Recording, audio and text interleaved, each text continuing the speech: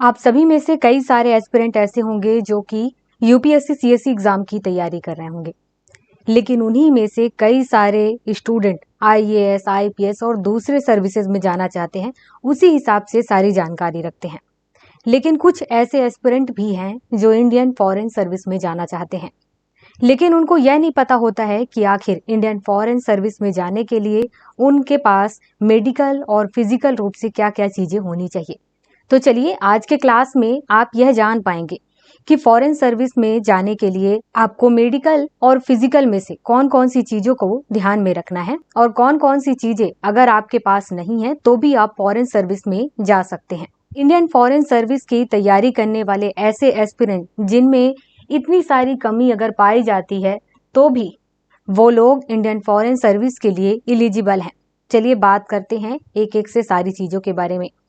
मान लीजिए कि कोई ऐसा एस्पिरेंट है जिसको लोकोमोटर डिसेबिलिटी है, या फिर कोई ऐसा एस्पिरेंट जिसको द्वारफिज्म या फिर एसिड अटैक विक्टिम है, तो ऐसे एस्पिरेंट इंडियन फॉरेन सर्विस में जा सकते हैं। वो इस एग्जाम को दे सकते हैं और इस एग्जाम के लिए एलिजिबल भी हैं। इसके बाद कुछ एस्पिरेंट ऐसे भी हैं जिनमें अगर हियरिंग इम्पेयरमेंट वाली कोई दिक्कत है तो ऐसे एस्पिरेंट भी इंडियन फॉरेन सर्विस में जा सकते हैं। मान लीजिए कि कोई एस्पिरेंट ऐसे हैं जिनमें मल्टीपल डिसेबिलिटी है, तो ऐसे एस्पिरेंट एलिजिबल हैं।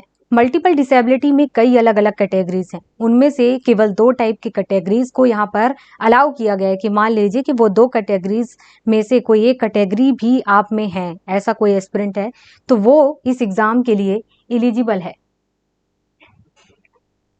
वह 2 टाइप की कैटेगरीज इस टाइप से है कि मान लीजिए कि कोई ऐसा एस्पिरेंट है जिसका केवल एक ही हाथ है, तो वो भी इस एग्जाम के लिए एलिजिबल है। इसके अलावा मान लीजिए कि कुछ एस्पिरेंट ऐसे हैं जिनके केवल एक ही पैर हैं, तो वो भी इस एग्जाम के लिए एलिजिबल हैं। तो इस तरीके से ऐसा नहीं है कि सभी एस्पिरेंट इस एग्जाम के लिए एलिजिबल हैं। ऐसे एस्पिरेंट जिसके केवल एक हाथ है, एक पैर है, वो ही केवल मल्टीपल डिसेबिलिटी में यहाँ पर एलिजिबल है इस एग्जाम के लिए। इसके बाद कुछ और भी कमी है जो एक्सेप्ट किया गया है इंडियन फॉरेन सर्विस के लिए। जैसा कि कुछ एस्पिरेंट ऐसे हैं जिनको बैठने में या फिर खड़े होने में या देखने में दिक्कत होता है। इसके अलावा मान लीजिए कि हियरिंग या स्पीकिंग की प्रॉब्लम है, वॉकिंग की प्रॉब्लम है, रीडिंग एंड राइटिंग की प्रॉब्लम है।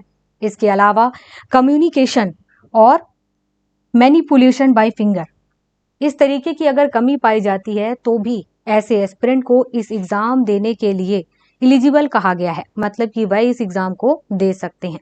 इसके अलावा कुछ एस्पिरेंट ऐसे भी हैं जिनको हार्ड हियरिंग की प्रॉब्लम होती है, तो यहाँ पर ऐसे एस्पिरेंट भी इस एग्जाम के लिए एलिजिबल हैं।